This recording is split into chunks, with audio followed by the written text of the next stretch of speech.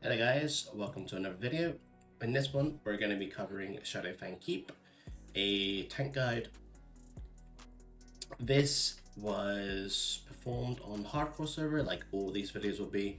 So if I suddenly stop doing these videos, you know that I died.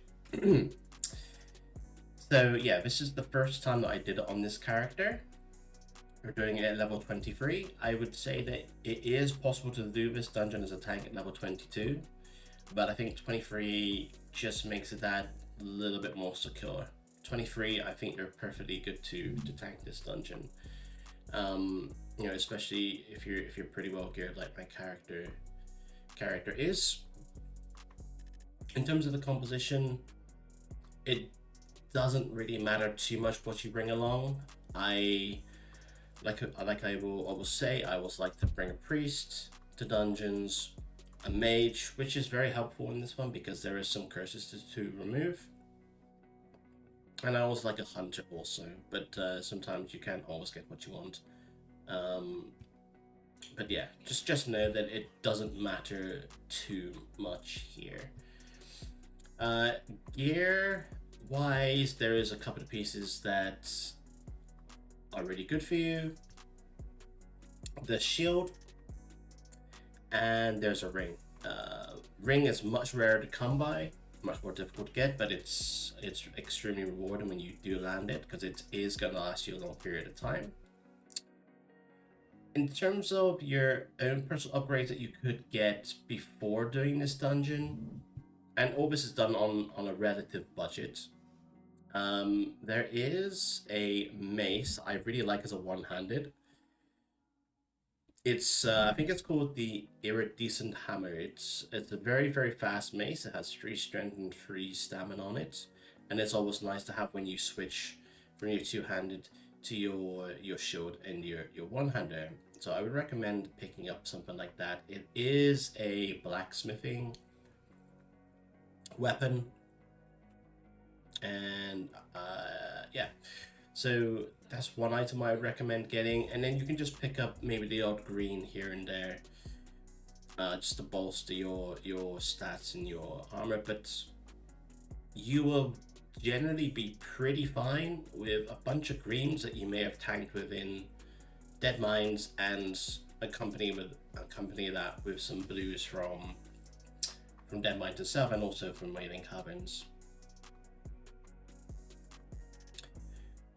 As we're tanking at level 23, there isn't really a change in our rotation. It's pretty much going to be the same thing as Wailing Caverns.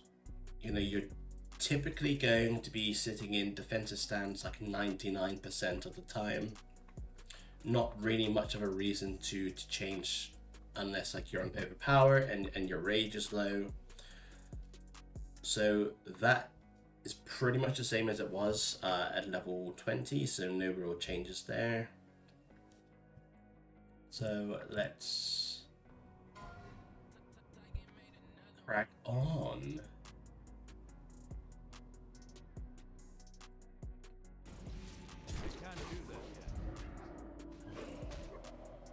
So this is like one reason why it's nice to have a priest, just for the dispel.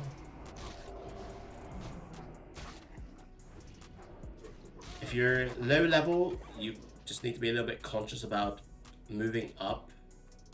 Not this pool, but the one after, because there's some mobs just up on the left here that you could end up pulling, but typically it's just like no issues whatsoever.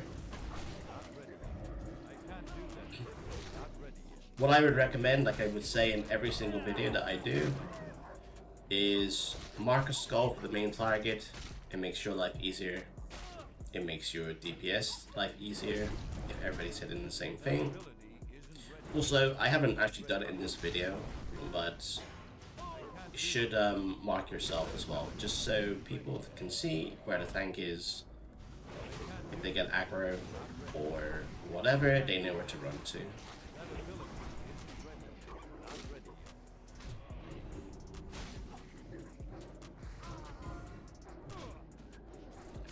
So if for whatever reason your party is not hitting skull, just tell them to do so. Like if they continue to troll, then I mean, you can make a decision yourself. It's just, for me, I like when things are easy when things are followed properly. And if you're chasing mobs around, I don't find that particularly fun. So it's just easier to nip that kind of stuff in the bud early. If they can, I mean, if they continue to not like listen, then you can make your own choice and make your own decision what to do. And most of the time, to be honest, it does work. It's like just hit skull. If they refuse to do it, just be like, okay, either I'm going to remove you or I'm going to remove myself from the situation. Yeah. It is hardcore. So if you guys die because people can't follow simple instructions, then it's better to leave at times.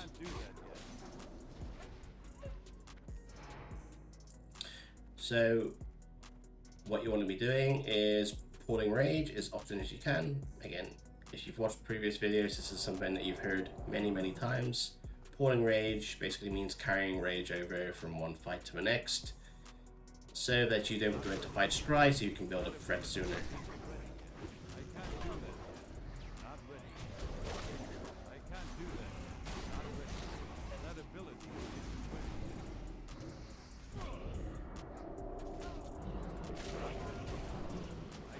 I don't know how we're putting additional mobs here.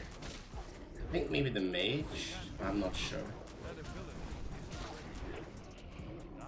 Also, like,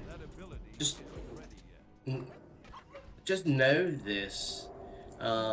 Sometimes, and this is hunters and especially mages, sometimes they just don't know when it's a good time to actually start AoEing. Like this, there's times during my runs where mages can basically playing with a death wish.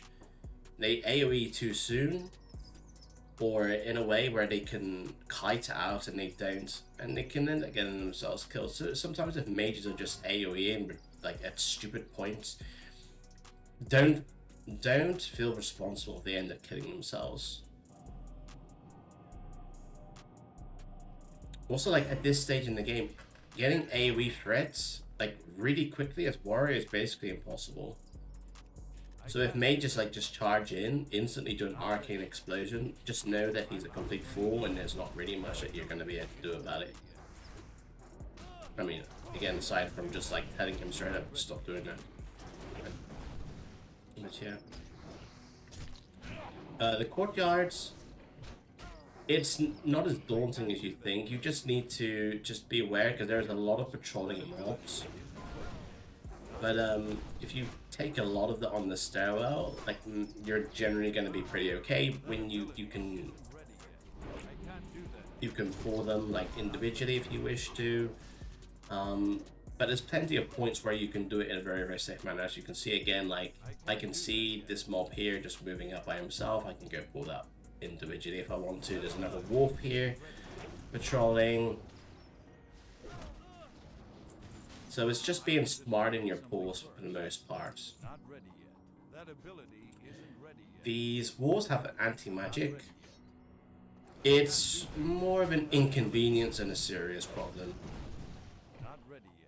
It's more of an inconvenience for your casters, but for you it's no issue whatsoever. Again, nothing to really worry about.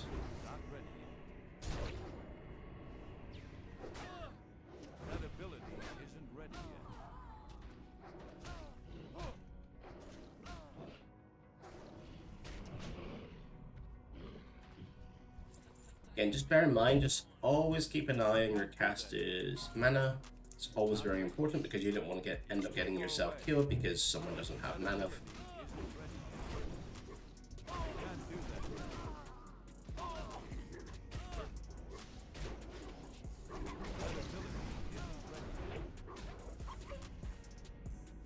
I can't do that yet.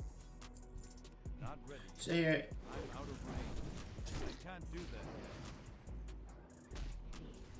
Not ready.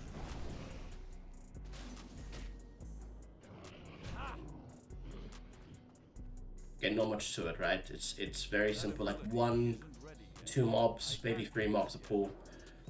it's relatively comfortable tanking at this point. I can't do that yet.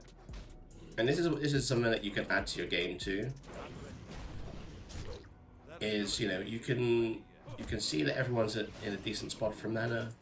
You tanked mob, you've got enough thread on it. There's nothing stopping you going and pulling like another mob to keep things going, keep things moving along quickly. And doing that isn't going to like cause a problem as long as you're aware of things. Like you shouldn't really have issues being able to sort of chain pull like that. It's just being aware of people's mana, etc. I need to get closer. Not ready. I can't do that yet. Bad timing on the stun. It's too far away. This is what I mean. This is what I mean about DPS being clowns with their AoE. Like these mobs, like there's 3 mobs that can potentially stun me, and the first thing he does is what? Multi-shot. Like, you know, it's just like little things like that. But That ability SFK, these low-level dungeons, you're gonna be able to get away with it. So I completely understand it. But on the other hand, I think it's good just to develop like good habits of getting into, because you can get away with it now. But if you're so used to doing something, you try to do it in a higher dungeon, most likely you're gonna cause problems. So I just like to get in the frame of mind of like I can't do that. getting down to basics and Ready. I can't do that. sort of being second nature. Not ready. That ability isn't ready. I can't do that yet. That ability isn't ready yet.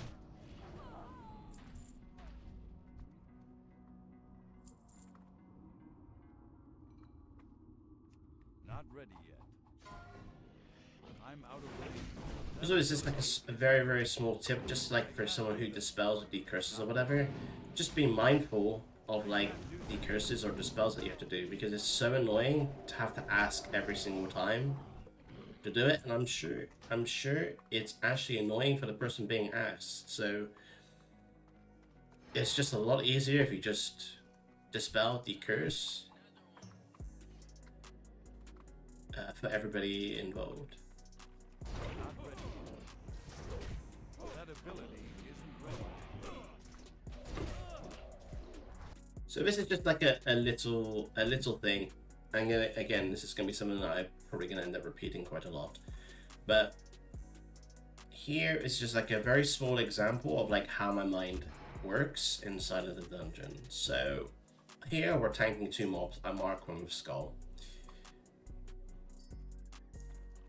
So first of all is these guys don't tend to live for very long. I have a relative lead in thread. I, at this point, know that this mob is not going to attack anybody else, and I have it fully on me. At this point, I know it's safe to pour all my rage, all my threats into the off mob, and you can just apply that to every single mob, every single pack, every single pull that you do. Get closer. This way you can save rage, I can't do that yet. save rage much more efficiently. You put as much as you need into one of them, then you go on to the next one, and then that way you can sort of build up rage and carry rage over to following pack. So as you can see here, Get closer. I did the same for the first mob. This mob, I have such a massive lead. I use revenge there just simply because I didn't want to get to 100, but you get the idea. It's too far away. You put yourself in a position where you can carry rage over for the next pack, and it just becomes this endless loop. Not ready. Here we go again. Can't do that yet. This mob, we're safely in the leads. The mage does need to drink, so this is my bad. I should give him an opportunity to drink, but he does have evocation, so we're all good. That ability isn't ready yet. So yeah, build up such a lead again. I'm already thinking about Not ready. pulling the next mob. Everyone's mana's I'm out of pretty good. Like what I do most of the time I is can't do that I don't necessarily always like the chain pull, because what I would much prefer to do is just give the casters a second to drink, depending on how much mana they need, so they can have the opportunity to drink, instead of just being chain pulling and them never having decent amount of mana. So all these things you're thinking about. You're thinking about like the speed of the run, your rage, managing your rage. You're thinking about I can't do that yet. your teammates' That mana. ability isn't ready yet. It's too far away. Not ready yet. I can't do that yet. Not ready yet. So this is the boss where the ring drops. And we get insanely lucky. The quickest need in the West. So that's pretty insane drop, and getting it in the first run is very insane too. 7 strength, 3 stamina, it's perfect. I mean, just thinking of when you could potentially replace that. I mean, you could replace it with some rings, BOEs, if you want to pay for it. But if you're trying to play with a bit of a budget, but still having very good gear, it's so good. This could last. Ooh, this could last. I don't know, maybe like level 40-ish or so. That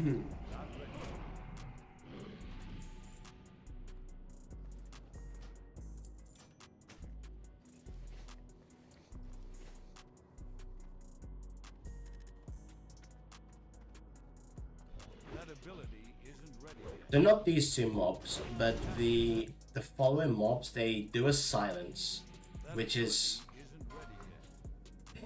not really a big issue as long as you're tanking them in a good spot and nobody pulls threat, because the real danger here is your caster, your healer getting silenced and then getting perm silenced and then not being able to output any healing.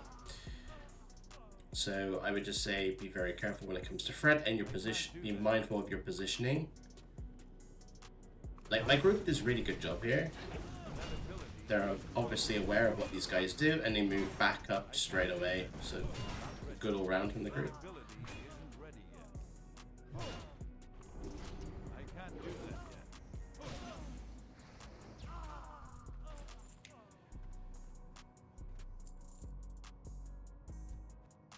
Helps us to communicate sometimes. I mean, you're not going to be typing all the time to them, but here, if I've already pulled out a couple of packs, it just helps to say, okay, we're going in, because otherwise I could just be sat here by myself and they're all waiting for me, so sometimes just a little bit of communication just helps. Ability isn't ready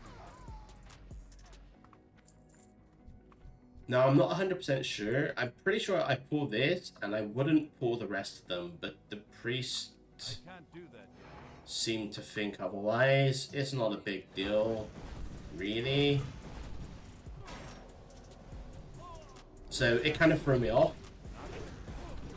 That ability isn't ready yet. I can't do that yet. Need more rage. That ability isn't ready yet. Not ready yet. That ability isn't ready yet. I can't do that yet. Not ready.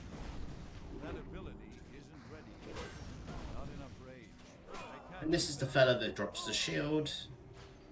And yeah, we get a bit of a dream run because the shield drops also.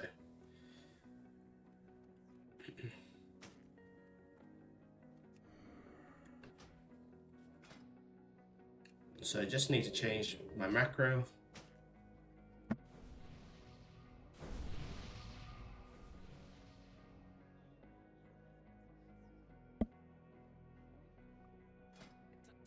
Change the macro up real quick.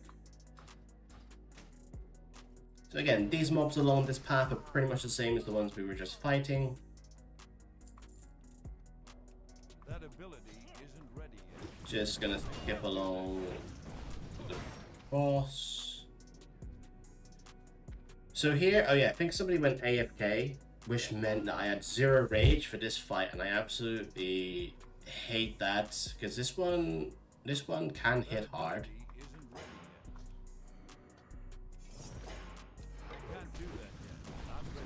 I think this is a good time to use retaliation. One, it helps with the threat management. Just takes that little bit of pressure off me. And also just because I don't think there's any other good time to actually use retaliation. The final boss is a caster. So I figured this is the best time to use it.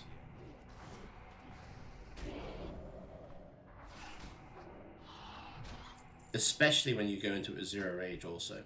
So having that cooldown for that fight is really helpful.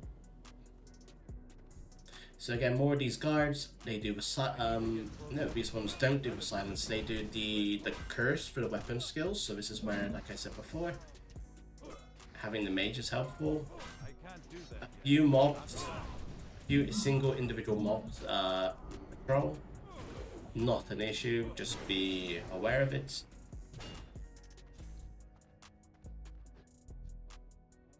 Here's one of them. I'm out of range. I can't do that yet.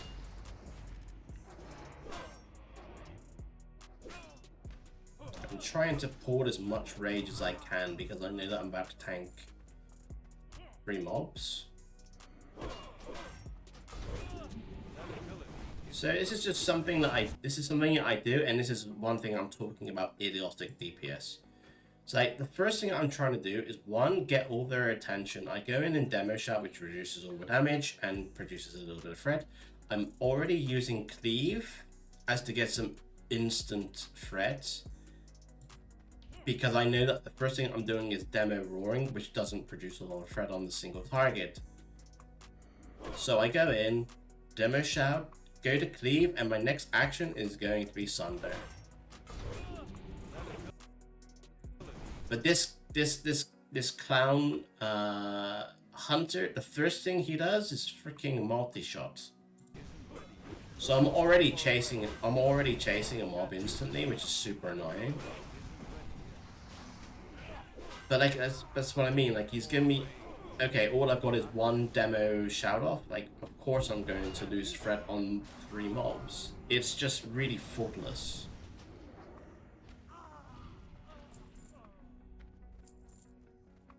And then it gets messy because you're having to chase stuff, which means you're getting less threat on certain mobs, etc. And then it just becomes this pain in the ass, and it's not fun.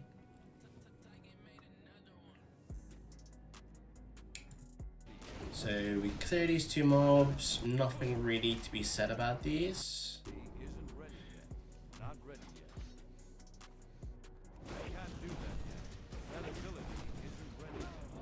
So here is like the potential danger, and I found this out on my very first Shadowfang keep run.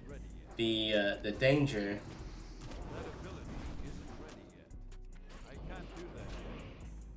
because of my level. so what I say to the hunter is I want him to pull. Just these next, I think it's the next 3 packs I asked him to pull. The concern is you can see the mobs up on top. If I get too close, I can end up pulling, and then they would end up pulling all the other packs on the way. So just what is best is just tank them where I'm tanking them now. Allow the higher level hunter to go pull for me. The next couple of packs, we have no issues. All fun and games. These wolves, even though I'm marking the wolf as skull, I think I really should be targeting the lupines as skulls, because they can end up bringing more wolves, which is more of a pain to deal with. So I think maybe killing them first would be better.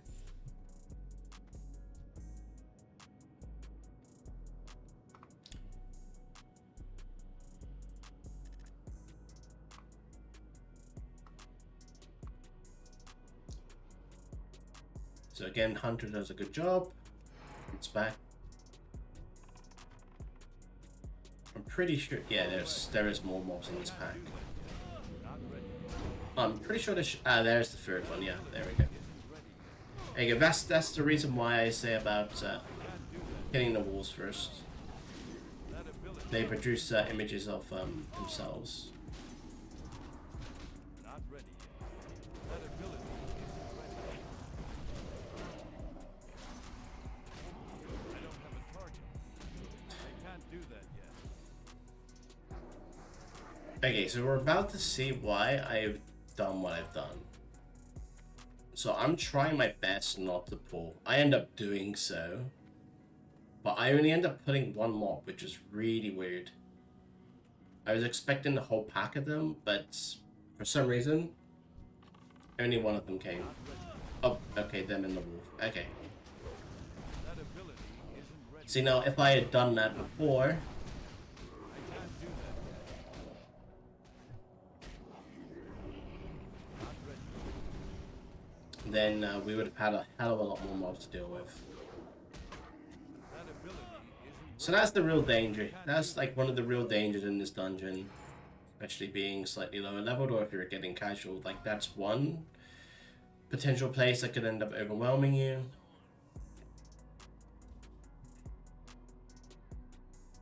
But generally, it's a very relaxing dungeon for the most parts. So yeah, I would say the serious dangers in this place was that part there, and the last boss if you're not prepared. Or if you panic. That ability isn't ready yet. Like other bosses, a lot more single target tanking, nothing to really go over. There's this boss that tickles for the most part. Again, not really something for you to be worried about. After this boss, there's 4 Void Walkers that end up spawning, which have 600 health. So again, no real issues for you to worry about. The only concern is the final boss, because the final boss does hit hard if you allow him to, and because of the mind control also. So it's one on how you deal with the boss, and then 2, how well your team deal with the boss also. What I find easiest is, or what I like to do for this boss is I will pull. I like my team not to touch him until the boss actually comes down and meets me. Then I can play this threat game and line of sighting him every time that he casts, while still having the attention of the boss. But if your team pull threats or attack him whilst you're trying to line of sight, it can get messy. Things can also get a little bit messy when you're mind controlled. But again, as long as your group is just line of sighting the boss for the most part, then you're gonna have a good time.